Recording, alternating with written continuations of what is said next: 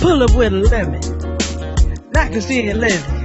It's just your ass getting the city. And this ain't the script. Wait a minute. Motherfucker, we ain't finished. I told you we won't stop. A nigga about a business. Wait a minute. I thought that was pretty appropriate. You know, because niggas about a business. Agreed. Both of us. Praise the Lord, niggas. Habari Gani. Happy Kwanzaa. Ujoma. Umoja. It's Emoja. Okay.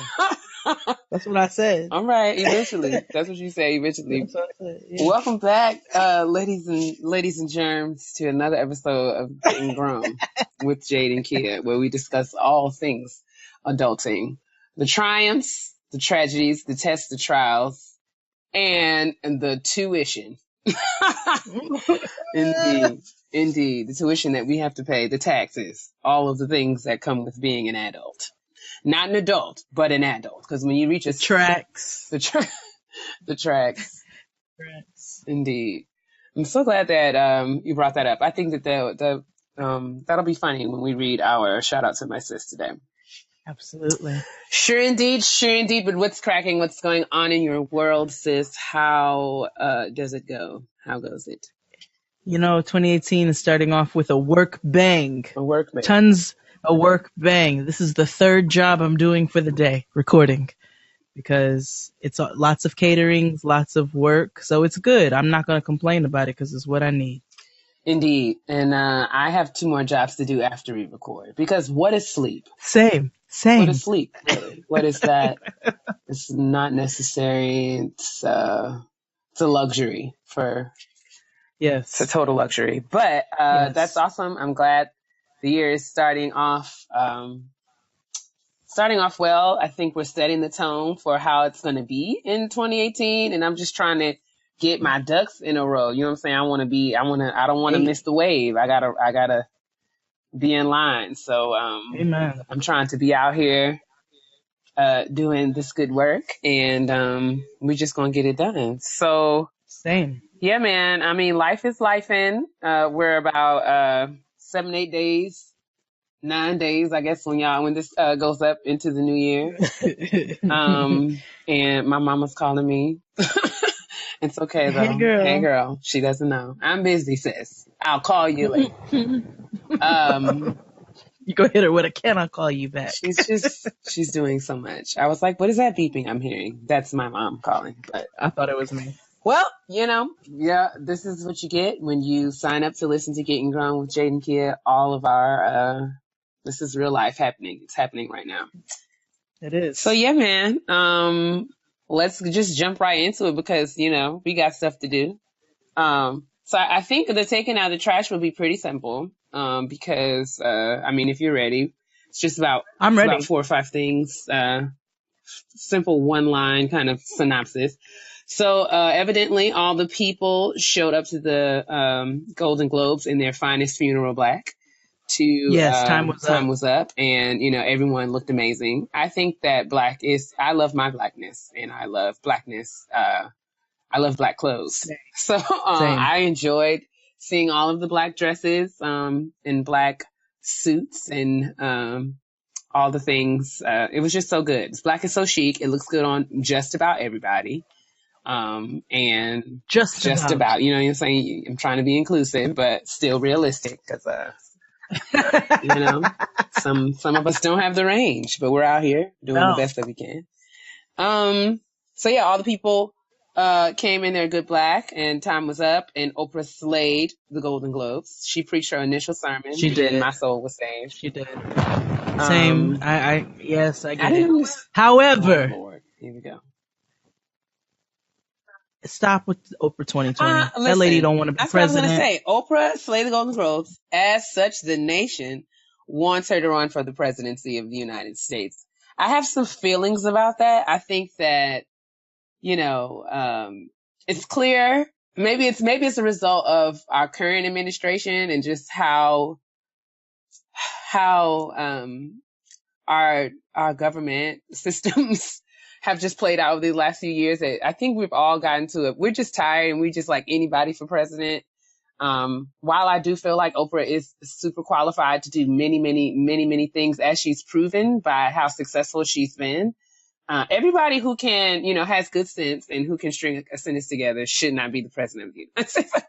I think that if anything that this administration has taught us is that, you can be president of the United States with zero qualifications. So like now, anyone who is qualified or, competent and,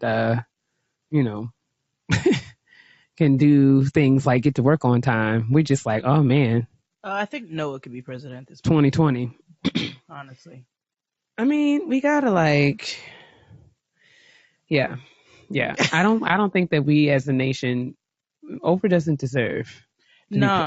No. I mean, she doesn't, she's worked, I don't mean to say it like that. I'm just saying I know what you mean. Deserves greater. She deserves greater. And I mean, honestly, why would she take the pay cut? That Narnia that she built is plenty fine. Like it's fine. She doesn't want the stress. And this is coming from a person who was not the biggest fan of Oprah, but I do respect it. She don't want to be president. She don't need to be president. Y'all need to just leave that alone. Has she formally responded? Has she said anything? I don't think so. I think she's like, I'm just gonna let them chitter chatter and yabba. Let the young people talk about this, because I am over here making billions of dollars. Right. NBC tweeted Oprah 2020, and Donald Trump's son, all his titties got in a bunch because tied. He seems to think that his ragla ass daddy is actually more qualified than Oprah to be the president. Talking about how disrespectful and how biased the media is against Donald Trump. It's like, nigga, nobody made this. Like, first of all, let's not make this about coconuts. Right. Donald Trump is now getting to work every day at 11 a.m. Because he got to get these tweets off. Because, he can't even get himself to work at 11 a.m. Because he's sitting there like Chris Brown on the toilet, freestyling in the phone. I'm sick of it. I am sick of it. He needs more downtime. That nigga been, oh my God. Nigga, you've been downing since time started. Like, you ain't done shit. He goes to Florida. He's been on vacation like 19 times. He goes to is it Mar-a-Lago? He goes there like once a month. Oh my God. Like every other week. Does nothing. He doesn't live in the White House. Nobody does. It's a desolate land. I don't even know why they got staff anymore. It is really something. That just shows you though that because he tried to say he was very sane. He tried to say that he was brilliant. He said not only am I very sane, but I am a genius. I was stunned, honestly. I said, but his son speaking up shows me that not only are y'all are all blessed, like it literally got passed down because none of you are in your right minds. Oh man! Shout out to he was at the Mercedes-Benz stadium in Atlanta. Mm-hmm. And he was booed upon arrival. And there's footage of him. There's footage of him while the national anthem is being played, and this Bama don't even know the words. Oh. He's like mouthing the national anthem. It's like, the national anthem is playing. Whatever song he's mouthing has not been determined as of yet. But it just blew my mind because I'm just like, this is the same man that came for Colin Kaepernick and the way that he chose to protest the murder of black men in this country. And you don't know the words to the song. You want to talk about upset about. You want to talk about disrespect to the military and to the nation and all this other stuff. The song is some bullshit, but you don't even know it. I mean. You don't even know it, my nigga. Like, you don't even know the words. You don't even know what you're mad about. And that goes to Dave Chappelle's point. I'm sure you didn't, but the Dave Chappelle specials that came out on Netflix. Haven't watched them yet just because I'm behind on my television in general, but it's on my to-do list. It's in the queue. That's how I know you're busy. That's how I know. What? But so that's how I know you're busy. I'm just saying it's in the queue. It's in the queue. I'm behind on all programs. I'm watching like episode 3. We're like episode 8 or 9 in the season and I'm on like episode 3. Well, okay, so I'm not going to give anything away, but he does speak about how outraged white people get and how easily outraged they get. And then he tells a very funny joke about how you can basically never mind. Anyway, watch the special. I will. Maybe I'll cut it on while I say cut it on. I'm so old. Maybe I will turn it on when I'm doing my work. Cut it off later tonight. I'm like, cut that thing off. Cut that right off. Cut that thing. Cut that music down. Cut it down right now. Making up all that noise. I was talking to my friend Tania today. Shout out to Tania. We were talking about how we are really old. We know that we're getting old because things like furniture stores and furniture and appliances really excite us. Excite you. She called me to tell me about this outlet that she went to. I think it was called At Home or something. It's out in Potomac Mills. It's out in Virginia. She literally called my phone and I could hear the glee. Like she was blissful in that place talking about how many, they have so many aisles of decorative pillows. And I was telling her about how the most exciting thing that happened to me during the Christmas break was this cordless vacuum cleaner that I purchased from Target. Ooh. Oh my God. It is amazing. A cordless vacuum cleaner? And it has a vacuum, it's a cordless vacuum cleaner. And then it has like a little detachment handy vac part. Bruh. Oh, what brand is that? Black & Decker. And I'm like, all the crumbs be damned. I've been vacuuming every 45 seconds in my house. It's really unreasonable. But it's cordless. You just plug it in and charge it up. It charges in like an hour. And then you can get right back to listen. Y'all know how I feel about vacuum lines. I've been in here getting my life. I love a vacuum line, but I don't have carpet. I just have a rug, and I literally keep a vacuum for the rug. It's so good. And I use it on the hard floors as well. But yes, adulting is real. And shout out to Bobby. Me and Bobby we were on FaceTime this week, and he was just fumbling around his house. I'm like, what's wrong, Bobby? He said, I can't find my pillbox. He said, that is old. He was like, all my vitamins in my pillbox. And I was laughing at him. I said, because I can't even really judge you because the whole top of my refrigerator is out here looking like Walgreens. I got every bottle, all the medications. I cleaned the top of my fridge. But I have so I went over to my friend Jasmine's house the other day and we literally sat there and looked at Pinterest pages and talked about how to save space in our living rooms. Listen, so I'm getting a whole revamp. PCE did a Secret Santa and I had to call Crystal because I was like, we getting old because Crystal put a trash can on her wish list. I heard about her wish list. XD told me about her wish list. I was like, this heifer. Yes. What did he say she put on there? A plunger? Like a bougie plunger. A for the bougie plunger. I mean, she was, and then I can't think of it's a wonderful brand. I can't think of it off the top of my head right now. But, she was just like, girl, is this trash? Is it not amazing? I was like, it is nice. Ooh, I love it. And she already has a good trash can, so I know it has to be really good. I'm like, this is how we know but these are the things that excite me. I know household items excite. I cannot wait. I'm sitting here planning every room in my house lately.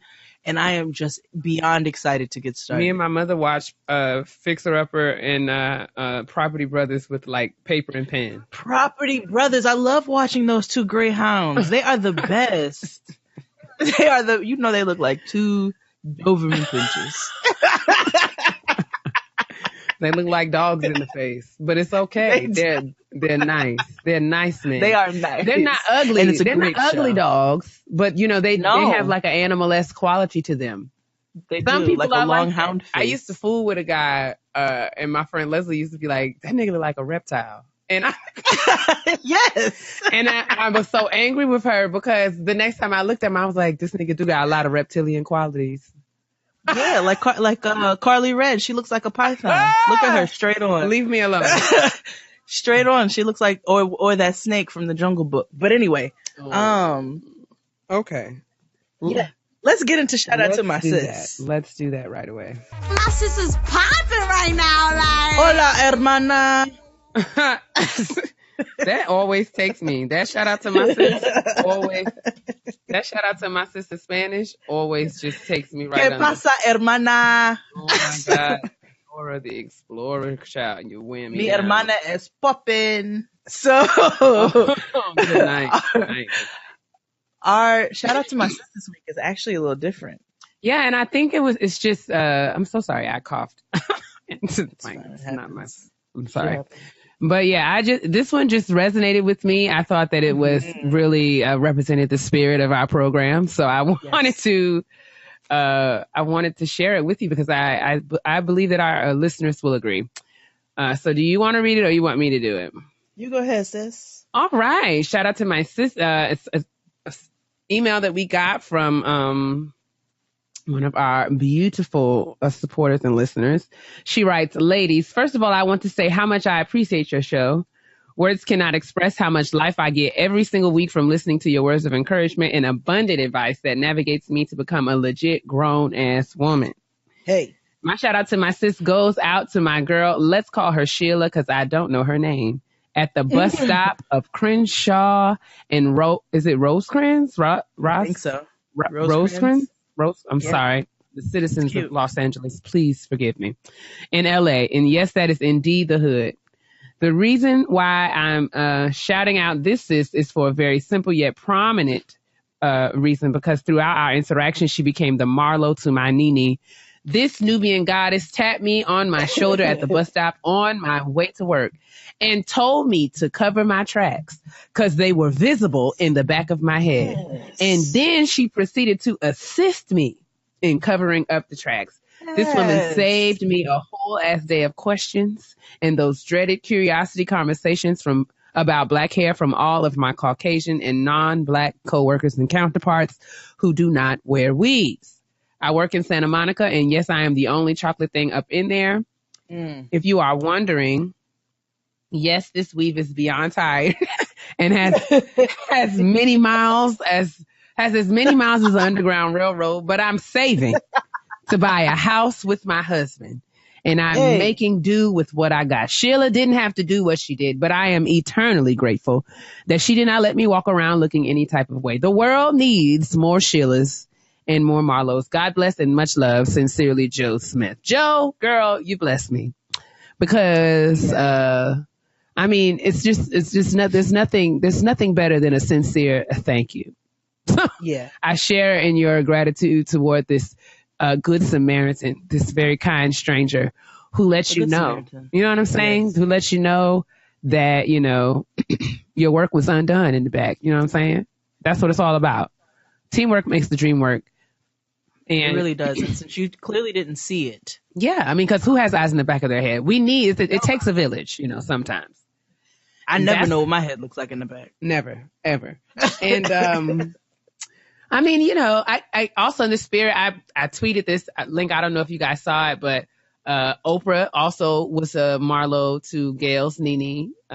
Yes, with the elbow. Listen, she said it's a little Ash Wednesday. It's just a little Ash Wednesday on the elbow there. And look, as they kept looking, look, Gail wasn't paying her no attention. She was like, yeah, but hey, can somebody get her some cream for those elbows? Because everybody's asking about other things. Her glasses. Gail's talking about glasses. She's talking about, like, I just don't, and she was like, I can't eat a raisin, how tight her dress was. Talking about Spanx. I can only bend down this far. Listen, and Oprah's like, Oprah was like, elbows. Hey, Derek, somebody, please. Don't forget. We cannot have them talking about Gail's ashy elbows on the red carpet. I know that's right. Bevy Smith is not coming for us. Not on my watch. And you know she would. She would. So, Joe Smith, thank you so much for writing. Listen, this week we should all endeavor to be a good Samaritan and be a Marlo to somebody's Nene. If we see somebody in need, we should see something hanging on somebody's nose. You know what I'm saying? See something, say something. I did it on the Metro this morning. A young lady was talking on the phone, all the lipstick on her teeth, the whole tube. Mm-hmm. You know what I'm saying? And I didn't, I just caught her attention and said, hey sis, you got a little, She was like, oh my God, thank you. Yes, girl, because we all have to hold each other up out here. I'm glad you said that like that. That's another thing. It's one thing to Marlo somebody, but when we use Marlo as a pillar of an example of taking care of our sisters now, because Marlo didn't go, Nene, girl, your weave is falling. Marlo quietly fixed it. So let that be a lesson to us. Listen, you don't have to call anybody out. You know what I'm saying? No. Because I think about if it was me, like, I would want somebody to tell me I got lipstick on my teeth. Right. I don't want somebody yelling across the track. Like, I don't wear weave, but if I did, I don't want nobody being like, girl, I can see the whole MTA system in the back of your head. No, just come fix it for me quietly. All the time. See something, say something. So that was, I just thought that next week, shout out to my sis doesn't have to be the same thing all the time. We're shouting out sisters doing amazing work. And this good stranger, this awesome Good Samaritan, is doing awesome work in Los Angeles. She is out here protecting other women from the questions of and the confusion of white coworkers who don't understand. We salute you, Sheila. Thank you, Sheila. We speak your name. We speak your name. All right. Kitchen table talk time. Gather around the tables, good girlfriends, beloveds, and guy friends. All friends. Friends. This is for everybody. Listen, however you identify, you're welcome here. And you can tell everybody. Before we get started at the kitchen table, I meant to do this in the beginning of the show. Not a part of taking out the trash, because this is the furthest thing from trash. But I just want to let you all know that Anita Baker has announced her farewell tour. And I have prayed about it, and I believe that the Lord is going to allow me to be in the place. And I've already decided that I'm going to bring a golden hot flat iron to the show, golden hot curling iron, and wave it in the air like you just don't care. I might gotta find my old crimp iron. I still have. I believe if I search long enough, I can find a 1-inch golden hot, a 1-inch barrel golden hot curling iron. I'm pretty sure. I think I can find one. I'm pretty sure. But you just got to have it. You just got to have it for me. Maybe we should make that a thing. I think everybody who goes and listens to the show should go, if you have the means, obviously. Go take your $15.99 and go purchase a golden hot if you can find it in the hood. Wave it in the air. Wave it and take a picture and hashtag must it. Let Auntie Anita know that we are here. Praise the Lord. Yes. We must let her know that we are here and that we appreciate her life and her legacy and the great work that she's done in the earth. You know what I'm saying? We respect it. I'm going to hold it by the cord and wave it around like a Petey Pablo t-shirt. And no. Oh, you have You're going to hurt somebody. You're going to hurt somebody. I'll do it high. I'll hold it the way people should hold their umbrellas. I'm going to wave mine. Especially during giving you the best that I got. Yes.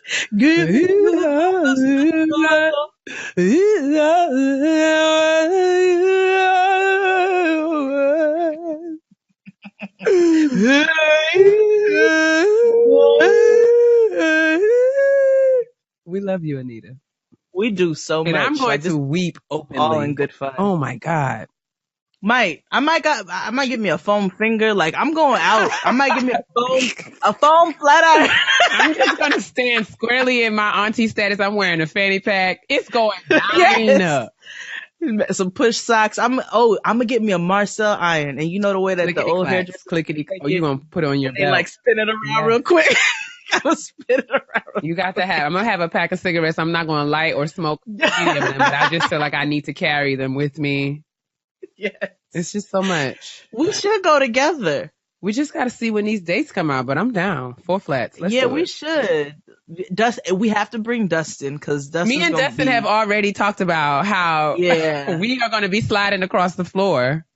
Yes. We might have to electric slide like we did in Sante's room in Barbados. Like, oh man, we got to make this a thing. We all going together. Like, fuck it. That's it. It's done. So excited. I'm wearing a Figaro chain and I'm wearing a harem Figaro chain and a fanny pack, and I might get me a wig, gold rings on my fingers. I'm going. Yeah, let's do it. No, it's gonna be an event. Show Leah. All right, let's get down to business.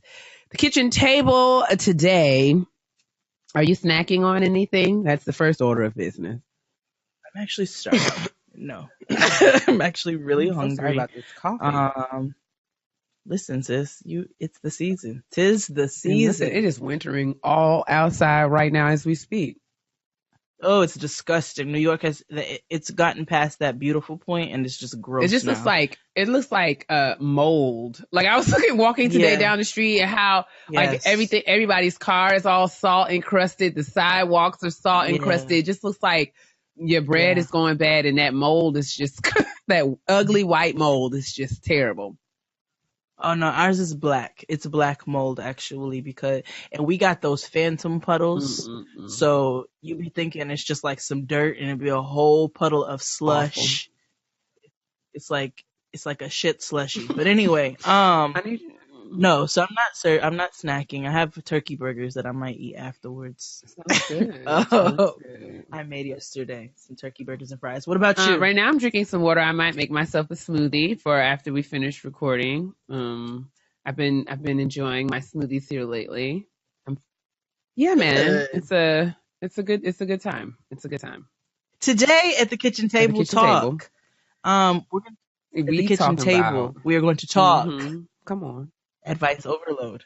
Sometimes we just feel inundated. Have you ever felt inundated with information?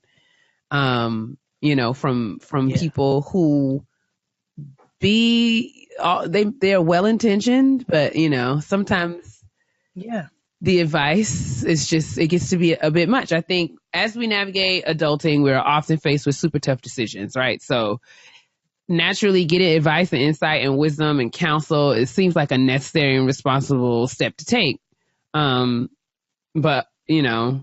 sometimes that information can be too much. And especially when, in the age of status updates and tweets and all kinds of social media, opinions are literally everywhere. And a lot of times we find ourselves receiving advice that we didn't necessarily ask for. Right. So like, and you know what they say about opinions. Every single body. Everyone. That's right. Has one. Sis, I thought that you might be able to, like, this would resonate with you. Shout out to Fran. Every time I say resonate, I think of Fran. I know. I felt like this would resonate with you as a mom because, all the time people tend to tell parents how to parent because of the way that they were parented or the way that they actually parented their children. So, do you have any personal experiences with advice, too much advice, unsolicited advice that you would want to share with the people on today? I have a lady actually at work who loves to ask me questions that don't have anything to do with her and then also offer a lot of advice. She's a very sweet woman, but I think I lost it at one point on her. I didn't get nasty, but I was very pointed and I was like, listen, you should just keep everything that you're thinking to yourself from here on out because I'm tired and we have to work together in this small environment and it's probably just best for the both of us if you'd stop intervening into what I have going on over here. And I made her cry. Got to the point where I made her cry. And I had to take her into the conference room and be like, listen, I'm sorry you're crying. I had to give her a white woman apology because I wasn't really sorry for anything that I did or said. But I'm sorry you're crying. But, this is just what it is. Like, we can't be over here always up in each other's business, always telling somebody how they need to do something. That shit gets frustrating. And then like you brought out as a parent, especially when you're a new parent, people love to tell you what you need to be doing or what you don't need to be doing. I've had multiple times where Noah might have a cough and somebody will say, she needs to go to the emergency room. No, she doesn't. She doesn't need to go to the emergency room. And if I felt like she needed to, if she had a particular temperature, if she's gone through all the steps that when I need advice, I ask for it. You know what I'm saying? So it's not to say that I know everything, but it gets to be super overwhelming when people are constantly telling you how you should be doing something. What about you? I can definitely speak from personal experience when it comes to advice and unsolicited advice and too much advice in general. I think I've dealt with this as it relates to my professional life because I think a quality of a good mentor is to be able to offer perspective and, maybe some insight or suggestions as to how one might go about navigating a certain situation. But I think the sign of a good mentor is to be able to, you ask me a question and I give you, my opinion, but like however you choose to proceed, going forward is, your business, your responsibility. And I'm not going to hold it against you or feel any kind of way if you do something that's different than what I suggested. I think sometimes in academic settings, I think I have found that certain mentors, it's like they may raise you to be like a mini me, like a mini them, versus like figuring out what your unique strengths are and what you have to offer and offer the field and, your lane as an academic and cultivating that space. So I've dealt with, thankfully, not lately in my career, but earlier on in my career, I struggled with, what I felt like was a mentor who was more interested in me, just doing exactly what they say, like molding my career so that they can take credit for my accomplishments versus, helping me navigate different things to kind of, learn how to make my own decisions as a professional eventually. And I've also dealt with this as it relates to members of my family, and, parents, aunts, uncles, guardians, anybody who at one point had authority over you and could have told you what to do. As you get older, you find that, you have to learn how to enforce boundaries and stand in your identity as a capable, competent and, adult who can make his or her own decisions. A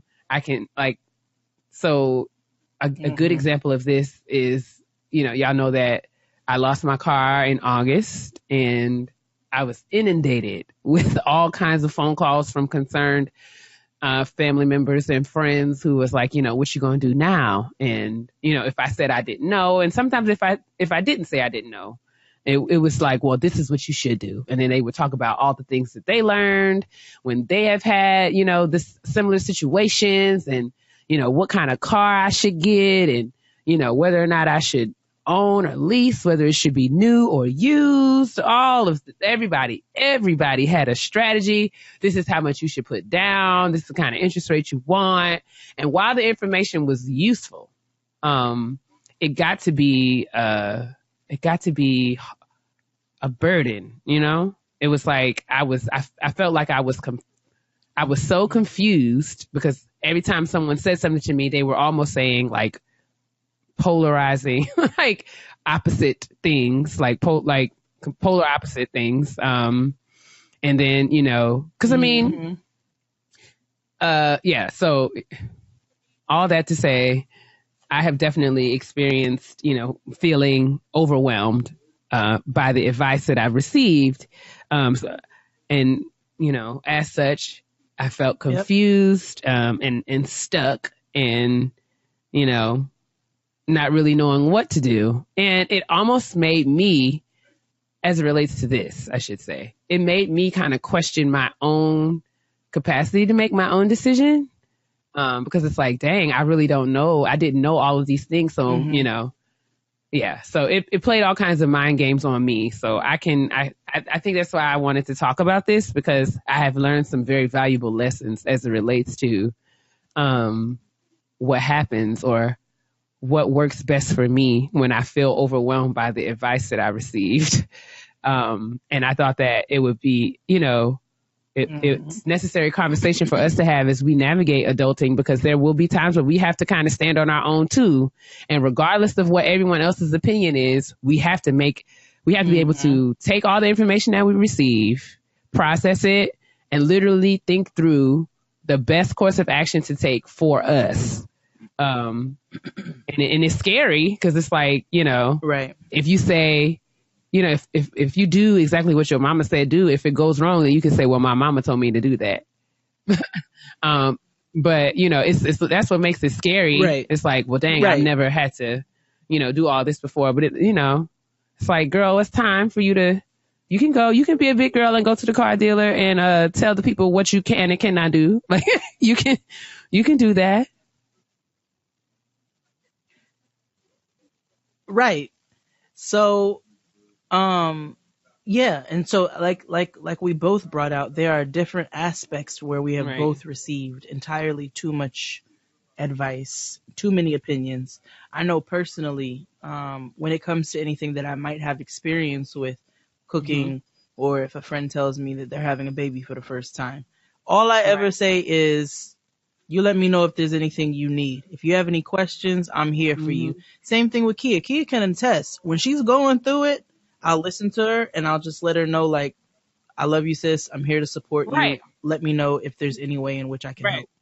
Absolutely. And leave it at that. And I know that even when we mean well, sometimes if you just, strike out on like what you, and this is something I've had to learn myself. Like I've learned, and you learn, especially in different relationships, it happens. And with friends, you looking out for your friend, you want to be a supportive friend. I can speak to friends who are dating people, you hear something and, your friend is dealing with something and you immediately think like, well, I wouldn't do this or that. And I'm not in, well, you should do this or you should do that. And I'm guilty of just giving advice that I wasn't asked for. And I've had to go back and apologize. Be like, you know what? It's not my business. Know that whatever decision you make, I'm going to be your friend and support you through it. I'm here to talk things out if you need me to be that person. But if not, I can totally mind my business because I got enough things to worry about over here. But, on the receiving side of that as well, I have also had to learn how to say to certain people, or even to say to certain people like you did, like you pull old girl in the conference room and said, the buck stops here. But some people, in terms of negotiating when that may or may not be a productive conversation, you just got, sometimes it's just a matter of, stepping your fallback game up. My fallback game is mean. Okay. I want the Saints to know I'm a disappearing act. Y'all better ask Terry McMillan. Honey, I will be ghost. And you know what I'm saying? I know how to mind my business. And if there is a boundary in the friendship that I feel like even after I've communicated that, this is a boundary for me. And if you don't respect that, then I know that it's then my responsibility to, operate within the dynamics of our relationship in a way that suits my needs. So I know how to be like, all right, I'm out. And it's not even like I am, completely ghosting you. Like I don't answer your phone calls or whatever, but it's just a matter of sometimes there's some space that's needed in order for people to, navigate and process and deal with things as they need to. So yeah, I wanted to talk about this, and we don't want to give you advice about advice because that's that's annoying. But I think the message that we want to convey, that I think is an important one to convey, is that part of being an adult is making your own decisions and taking responsibilities for however the cards may fall. And information is necessary. You can get advice, you can ask for advice, but be cautious of just kind of like doing what people tell you to do. Always take some time to go to yourself and figure out what you need to do. Right. And take as much time as you need. I lost my car in August and it's been a struggle since then to try to figure out what would be, the best way. Cause, I'm gonna be real honest with y'all. I'm working now. Thank God. I love my job. Student loans is back. Them Bamas is like a car note. So my car was paid off. Anthony was paid off. I talked about this before. I wasn't expecting to have to pay another car note. And now it's like, who wants to pay 2 car notes? And then, having to deal with, rent and other bills. When I first lost my car, my family was really serious, and I don't want to say adamant, but they were, felt very strongly that I needed to just go to the dealership and get myself a brand new car. Because I am a single woman and I live in this area and I don't have family, and they wanted me to have the the comfort of a warranty. And I get it. All those things are valid concerns. And I never purchased a used car on my own. So they were worried that someone would take advantage of me. All of these things are valid concerns. And I respected them for that. But at the end of the day, I have to do something. I had to make a choice that's going to be the best for me. Everybody got all these opinions. Nobody got nothing on none of these bills that are in my mailbox right now. Not a coin, honey. No one Not offered, well, let me, 5 I'll help cents. you do XYZ. Nobody said any of that. So at the end of the day, I had to sit back and I was receiving everyone, aunts, uncles, far and near, friends, people I hadn't talked to for years. Oh, I heard about your car. What you going to do? You should call this person. You should call that person. Look at this website. You should get this. You should get that. You should make sure you get this. Treat yourself. You deserve it. You just went through school for all these time. Get yourself a nice car. God will work it out. Blah, blah, blah. And it really got to be a lot on me, to where I was just like, all right. And I felt like I couldn't even hear or figure out what I'm supposed to do. And as a person of faith, it was really important for me. I would pray about it and be like, Lord, I want to make the best decision that's for me. I want the car that you want me to have. Not to get too deep on y'all, but I was just that serious about that. Like, I don't want to just run out here and, getting this old wonderful car. And then 90 days later, they're going to be coming to get it because I can't afford the note. So, I literally had to back off it. Like, and I took the train and I was Ubering in the car with strangers and mad uncomfortable because I wanted to make sure that I did everything that I needed to do to make the best decision for me. So I had to fall back. I literally told my mom we wasn't talking about it no more. I listened to everything that my grandparents had to say. And then I said, okay, I'm not going to say nothing else to none of them about it. I'm going to literally pray and do my research and figure out what's best for me. And I can confidently say that I feel like I made the right decision because on Saturday, your girl went to the Honda dealership and now she has a new man in her life. You know what I'm saying? He's black and strong and, he keeps me safe and lets me drive. His name is Sean. It's that little Honda Accord, honey. She's not brand new, but she's new to me and I love him. I love it. Yeah, man, because it just got, and it'd been 6 months, you know what I'm saying? That's right. But I got to the point where it was just like, all right, I literally can't listen to nobody else tell me what I should do. I have to trust that I have literally weighed all the options and done all my research and did what I wanted to do. And I was nervous because I had never done these things on myself. My first car, my grandfather I literally told him how much money I had. He went and got me a car. When I got Anthony, it was a new car and he took me to the Honda dealership and we talked to the man and got the car. So it was literally my first time having to do it on my own. And I was nervous. Mm-hmm. But it was something that I felt like I needed to do for myself. And to prove that I could do it. I even went in there, I negotiated. I talked the man down. The car that I got is on CarMax right now for like $4,000 to $5,000 less than what I paid for it because I'm good at what I do. But yeah, all of that is water under the bridge. I just wanted that experience really kind of charged me up to have this conversation because advice will cripple you. It will. And Keisha brought up a good point because I mentioned this to her when I was on the phone with her before we started recording. It's like some of us get stuck in that place of like collecting information. And it's like, oh, I'm still praying about it. I'm still doing this. And, we just stalling because we don't want to move our feet. And it's so many things too. I mentioned briefly, just even with motherhood, people always telling you what you need to be doing as far as how to raise your child. And it comes into play with what you should be feeding them, breastfeeding versus formula feeding. How to dress them, how to discipline them. Doctor, how to dress them. Man, listen. How to discipline them. That's such a big one. Nothing. And the thing is, you ain't got nothing on these doctor bills. You know what I'm saying? Like, I'm not getting because ready these to. Copays is real. These copays are real. My sister's a pediatric nurse. Yo, on top of that, that's time off work. Like, y'all ain't taking her to the doctor. That's time off work. That's all. That's so many things that you have to factor in to make sure. And you want to make sure that you're taking the best care of your child. But when I need, I ask questions to the appropriate people. Like I said, my sister is a pediatric nurse. So when I have questions about her health or whether or not, like, hey, do you think that I need to take her to the emergency room at this time? Well, what's her temperature? Well, have you done this? Well, what are her symptoms with this? It helps us out quite a bit. And so, like Kia said, you just have to take advice with a grain of salt.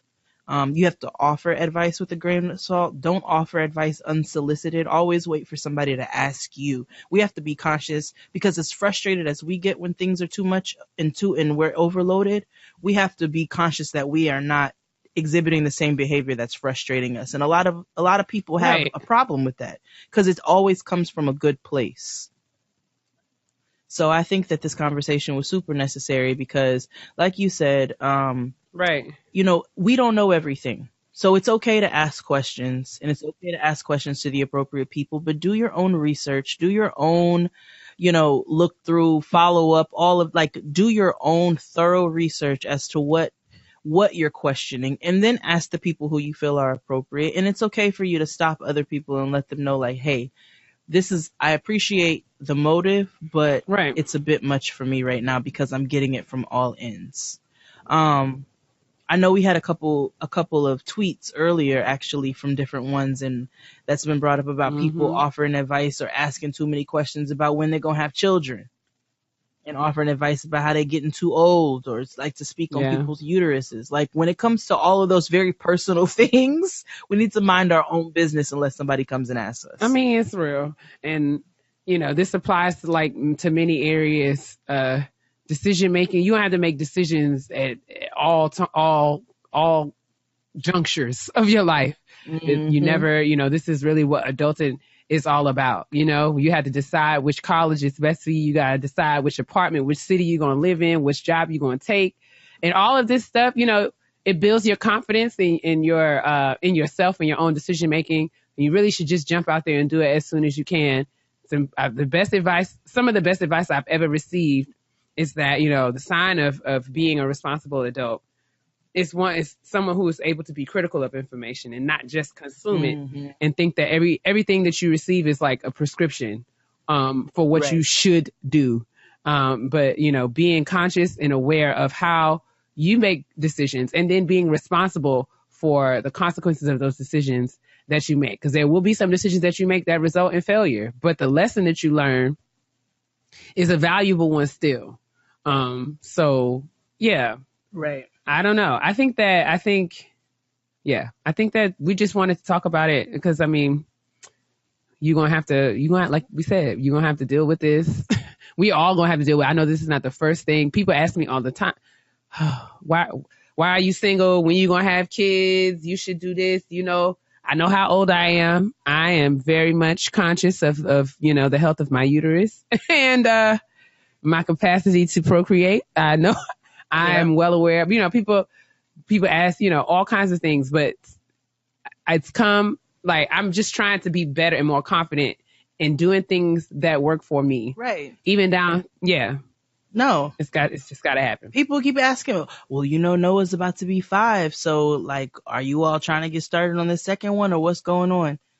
Again, like I have told you all, I am not having another kid until my first one knows how to pour their own juice and can pour the juice for the sibling. Like I need this first child to be well and in place so that because there are going to be times where they're going to have to look after themselves. I know how it is. My mother had 2 kids. So, we can talk about bad parenting all we want to. I'm not talking about draining my children, but there are going to be times where the first one has to be occupied because you're going to have to tend to the second one. And I have a lot of work that I have to do. And so therefore I need my first child to be, so I'm going to have my second child when I'm ready to have my second child. I'm well aware of how old my kid is going to be, how old she's going to turn. And don't worry, we're going to get going soon. Yeah. It just becomes a lot. It is a lot. It is a lot. I've had people, this is going to be a whole nother conversation that we'll get to later, but, since I've dyed my hair, and when I was thinking about dyeing my hair, I did receive some questions, not necessarily advice, but I did, there were some people in my life who were like, curious as to how this was, whether or not the color of my hair was going to impact the way that I'm perceived professionally. And it did give me pause for about 30 seconds. But again, you know, like I said, this is another conversation because I think Black women have to contend with this. This needs to be this kind of thing, right? This is the kind of thing that Black women have to contend with and navigate, you know, throughout our lives, for a whole variety of reasons. But I said that to say, like, you know, I had to make a decision. And my decision was based on, like, you know, I don't want to get into the practice of denying myself of things that I want to do or things that are important to me, whether they be permanent or temporary, because other people are uncomfortable. Because I don't have any control over, you know, and it's not my job to make people comfortable. My job is to do amazing work. And I feel like the color of my hair does not impact the quality of my work. And as such, I'm going to do what I want to do. And 140 characters. In 140 characters, it is your opinion of me is none of my business. None. It's none of my business. So I'm just gonna be resting over here with this platinum hair. You know what I'm saying? On my storm, and I just feel like I can pull it off. I can still you be are pulling all it off. Things professional and academic.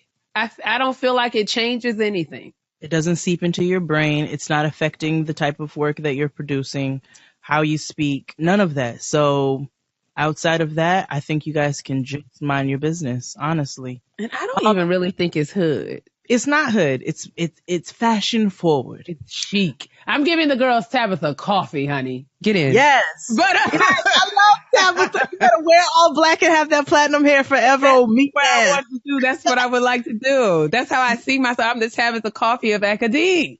And I'd like to round this discussion off. I want to use this lovely time while we're talking about advice to answer a lot of you who continue to reach out. Because I love everybody. Okay. Who continue to reach out about advice on podcasting. I don't think that y'all realize that there are like a smooth 15 of you every day who will ask us to help with advice on podcasting. This is not to say that we don't want to give advice or that we don't want to help everybody out. It's just super time consuming. And I feel like podcasting is going to be one of those trial and error things for people where you have to see if it works for you, which is everything. You have to see if stuff works for you. But unfortunately, it's just really rough to be able to respond to everybody. And we try to respond, even if it's to say like the same thing over and over again. But, you know, we don't literally have the capacity to get to everyone. I think what I'll say, the advice that I would share is the same advice that we got when it came to podcasting, is that can't nobody tell you how to do it. So no, they can't. You know, because it has to be authentic to who you are as a person. Exactly. And so this show is really like live and direct. It's Jade and Kia. This is how we talk on a day-to-day basis. If we was on FaceTime with no microphones, if there was no, nothing was being recorded, this is how our conversation would naturally, be. Right. So yeah, whatever information we can give, we do try to give, but a lot of times it's just a matter of volume and not having the capacity to, you know, get to every single question that we receive, because we get questions via IG DM, Twitter DM, Facebook Messenger, email. And I mean, I absolutely, I don't complain, because I think not at all. I love the fact that y'all listen to the show and y'all feel comfortable enough to ask for help, because that's the premise of what we're here to do. But yeah. But we don't know all things podcasting. And when it comes to how many times do I say, sorry. No, go ahead. How many times do I say that I don't know what I'm doing? I'm not doing that for laughs. That is the truth of my reality. Like, ask Kia. I truly don't know how to work my computer. I don't know how to do so. I can't tell you what you should be doing. You know what I'm saying? You have to do your research and figure out which type of equipment works best for whatever setup that you're going to have going on. As far as topics, as far as content, that has to be exclusive to you and what you come up with, and your personality has to shine through. And all I can say to everybody across the board is consistency is key. So outside of that, I just want to let you all know it is simply a matter of volume, and I applaud the fact that so many of you are moved and want to create these platforms, and I think that it's super important for us to continue to speak out and continue to create platforms that are upbuilding for one another as a community. But it just gets hard to answer everybody. So you guys are super dope. That doesn't mean don't stop writing in, don't stop asking questions. But just know that while you're asking a question, so are like so many other people. So that's all I wanted to say as far as advice was concerned. Totes my goats. That being said, we'll head to the honesty box where we'll give some advice. Ha ha! Just kidding. Honestly? Truly. Honesty box time. Honesty box. I thought you were going to do Ace Ventura.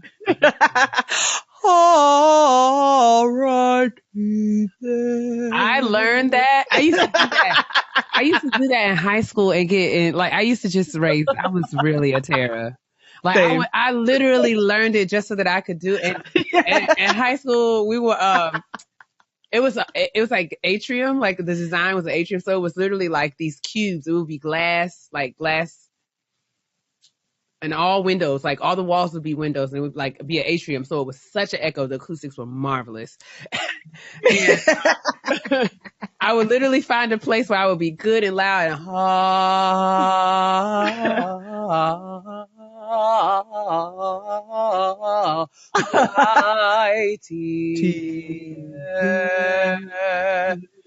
I would get so much trouble.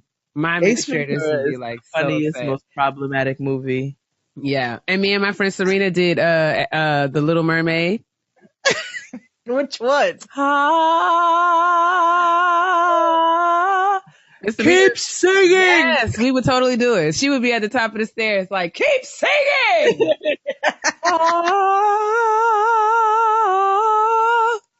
Yes, terrible. Keep going. And my administrator Mr. Eden would be like, Takia. And he would just point to his office like, please. Get in there. I'm sorry. I'm going. Good times. That was me. Trolling in school was the best. Yeah, man. I was such a troll, and I was such a class clown and raising so much hell. And then I would like be on an honor roll. All my friends would be like, but how? I'd be like, because I'll go home and do my homework. Because I do my work now. Me clowning ain't got shit to do with what's getting done. Rhonda is not here for any C's. She will bust me upside my face. Y'all can clown if you want to, but I'm not clowning when it comes to these papers. Certainly not. All right, sis, you want to read the honesty box or me? Okay, I can read. Okay, read. Honesty box this week. Hey, Jade and Kia, I just want to say that your podcast gives me life and I love what you do. You are an inspiration to the highest degree. Aw. Thank you, girl.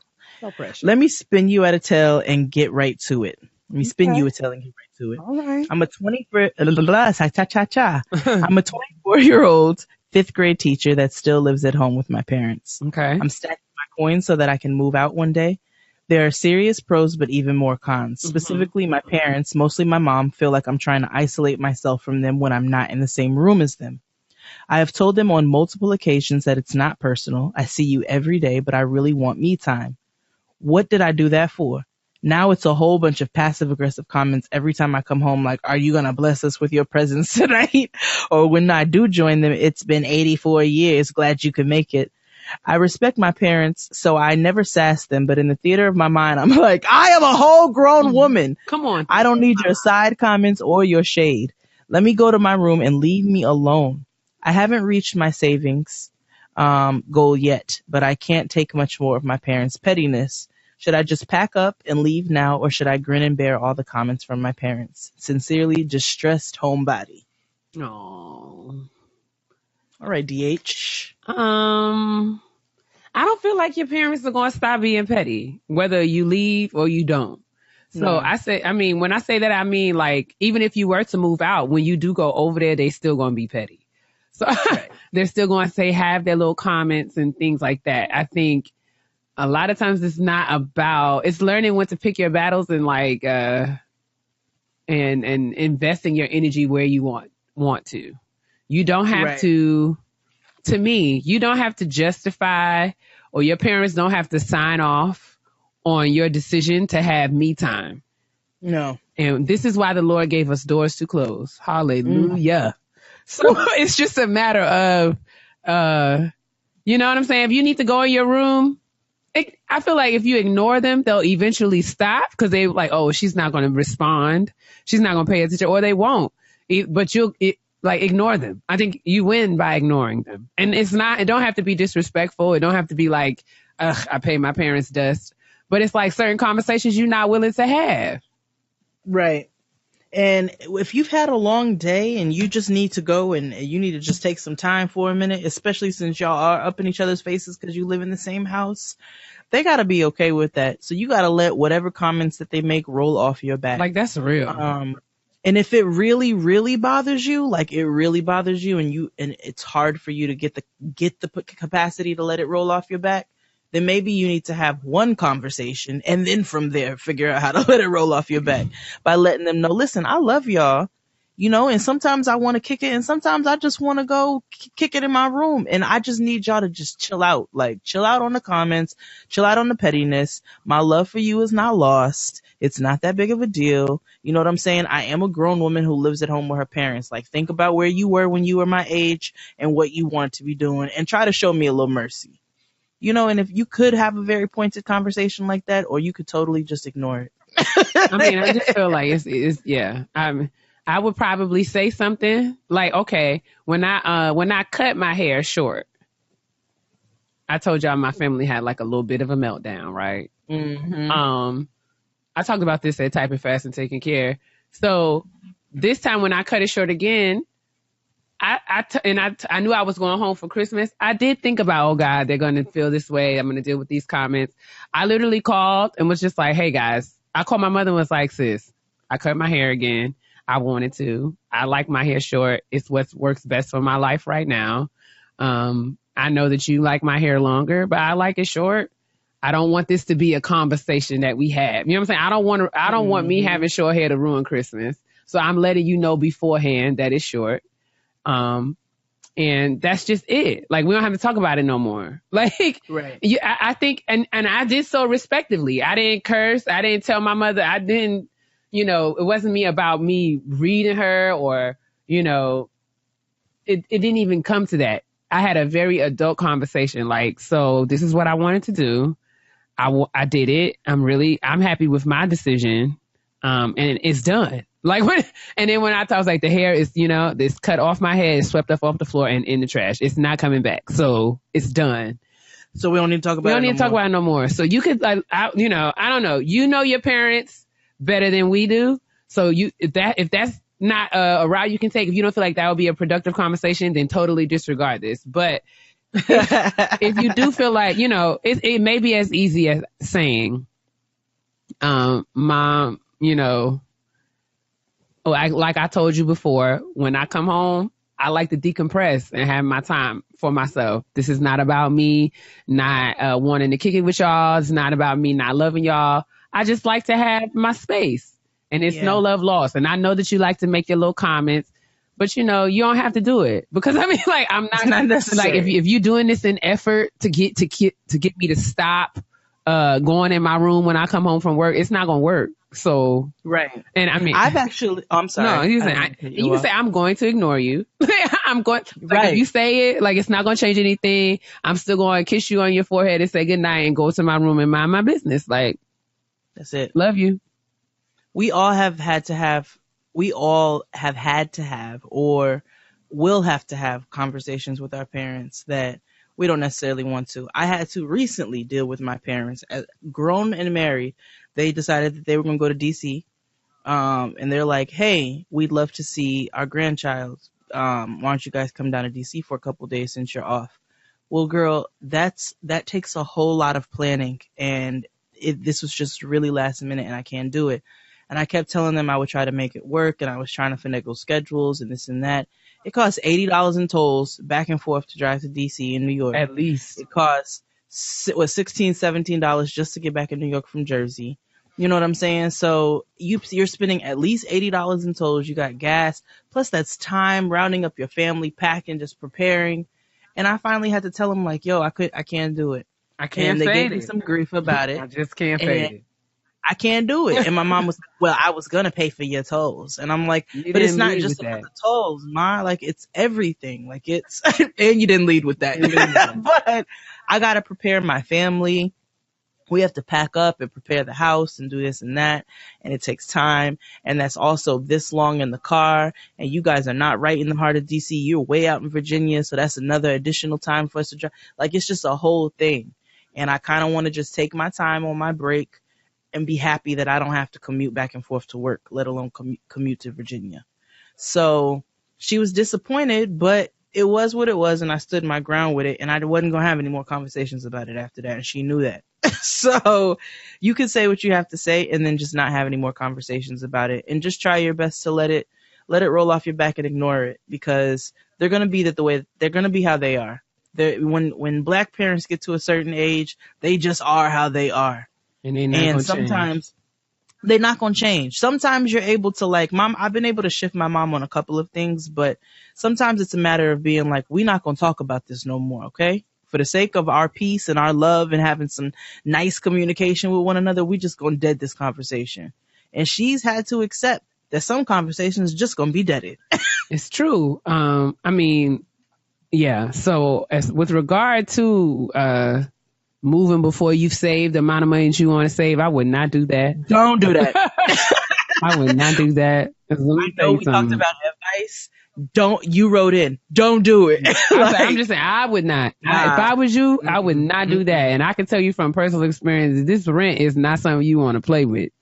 Girl, and it's not just rent. It's everything that comes along with it. Listen. It's utilities. It's you're going to be taking care of all your own food. I guarantee you that your parents pay for a good amount of groceries that you're eating in that crib. Not saying that you don't buy your own, but when you get totally out on your own, you are responsible for your whole being. For your whole self. And there are benefits that come with that you will absolutely enjoy, but like every privilege comes with cost. Like, that's it. Comes with a price. Comes with cost. So I would definitely grin and bear it. We've all had to do it, and I would disabuse you of the notion that moving out is going to stop your parents from being petty. Because I'm here to tell you that it's not going to stop. It never stops. It's going to be manifested in different ways. But honey, if you can bear it for however long you need to save the money that you need to save, I would do that. Yeah. If I were you. I'm on board with that 100%. Do not do anything prematurely, because you're going to regret that exponentially. It'll be much easier for you to let some shit roll off your back or tell somebody to leave you the hell alone than it is for you to be out there prematurely taking care of financial responsibilities that will impact whether or not you sleep in a box or sleep in an apartment. Listen, sis. Or sleep in an apartment with no lights. I was definitely living at my grandparents' house when I was 24. I've been on my own for a very long time, so I'm coming from a different perspective. Yeah. Don't do it. That's what I'm saying. Like, and I was able to stack a good amount of paper so that when I think I was 26 when I moved out. Woo, 26 when you moved out? I had been living out for a while at that point. Well, I was in school for most of that. Right. And I wish that I would have lived at home while I was in school, and I wish I would have lived at home for a larger chunk than what I did. While we were talking about advice, one of the worst pieces of advice I went through, like, a whole bunch of stuff, and my friends were like, move to Oklahoma, like, just get out and leave and just move somewhere where you don't know anybody and blah, blah, blah. And I just did, not even thinking about it. And it was the worst 4.5 months of my life. Got a good job, lived a lavish life because the cost of living is 2 cents there. But I was miserable. But you learn things, and the experience is still valuable. But yeah, always. So Yeah. So sis, I hope that that's helpful. Let us know how things work out, but we're just offering our insights and perspectives. Again, take our advice with a grain of salt and do what works best for you. Yes. Season your food the way that you like to eat it. You know what I'm saying? Eat the meat and spit out the bones. That's it. That is it. So, did you see the update? I'm not the update. I'm sorry. Did you see the a follow-up email? I'm sorry, while we're in the Honesty Box segment. The follow-up email that we got to the Honesty Box from last week. I didn't, but you want to read it? Sure, why not? Or let me see. Oh, Lord. Okay. You know, I'd have to find it, and that's just a lot of time. All right. So we'll update it. We'll have an update for next week. Yeah, we'll do that next week. I'll be sure to pull it out. But let's move on to the petty peeves. And I want to be very responsible of the things I say to my sister. Because everybody know I can be real petty. P-E to the T-T-Y, honey. Petty peeves. So, that one was Ace Ventura, not Shanita. I'm actually going to read a petty peeve from a listener this week. Praise the Lord, niggas. I love saying that, by the way. Me too. Praise him. Okay, so I have a petty peeve that I've been meaning to write in for a long time. I don't remember hearing this one on the show yet, so hopefully no one beat me to it. Anyway, maybe I'm just a terrible person, but I cannot stand Go off when people stand too close to me in the checkout line. Like, girl, ma'am, sir, little boy, little girl, I really need you to you back up off of me. I'm aware that I probably have a larger personal bubble than most people. However, nigga, if I feel your body heat, if I can hear you breathing, if I can smell you or your breath, you're doing the absolute most, and I need you to exit my bubble immediately. You inching up behind me is not going to make the line move any faster. And when I inch up to get away from you, stop inching up behind me again. I'm trying to get away from your ass and you steady rolling up on me. Woo, my goodness, my blood pressure. Seriously though, am I alone? Absolutely not, because I read this all in my own voice. How are people so comfortable being so close to strangers? I've been taking kickboxing classes lately, and I really be standing there imagining myself taking them down. Your girl be ready to literally throw an elbow. Jesus, keep me near the cross. Love y'all. Keep me. It's a precious fountain. I cannot stand when people, I mean, I guess it's no secret that I have no problem speaking about things that are making me uncomfortable, but I will turn around and tell somebody like, yo, you gotta stop, back up just a little bit because you're too close. Like, it doesn't make anything move faster. Why do people stand so close to people? God, on the train, when there are mad seats and people come and sit right next to you. Like, I can't stand it. Or they come and they even when it's crowded, but they come and they breathe right up on your ear like they're whispering sweet nothing. I can't stand it. So this personal petty peeve, this resonated with me. Shout out to Fran. This resonated with me like nobody's business. Thank you for this. That is my petty peeve this week. All right. I have a petty peeve that is from my personal, this is one of my own personal petty peeves. Okay.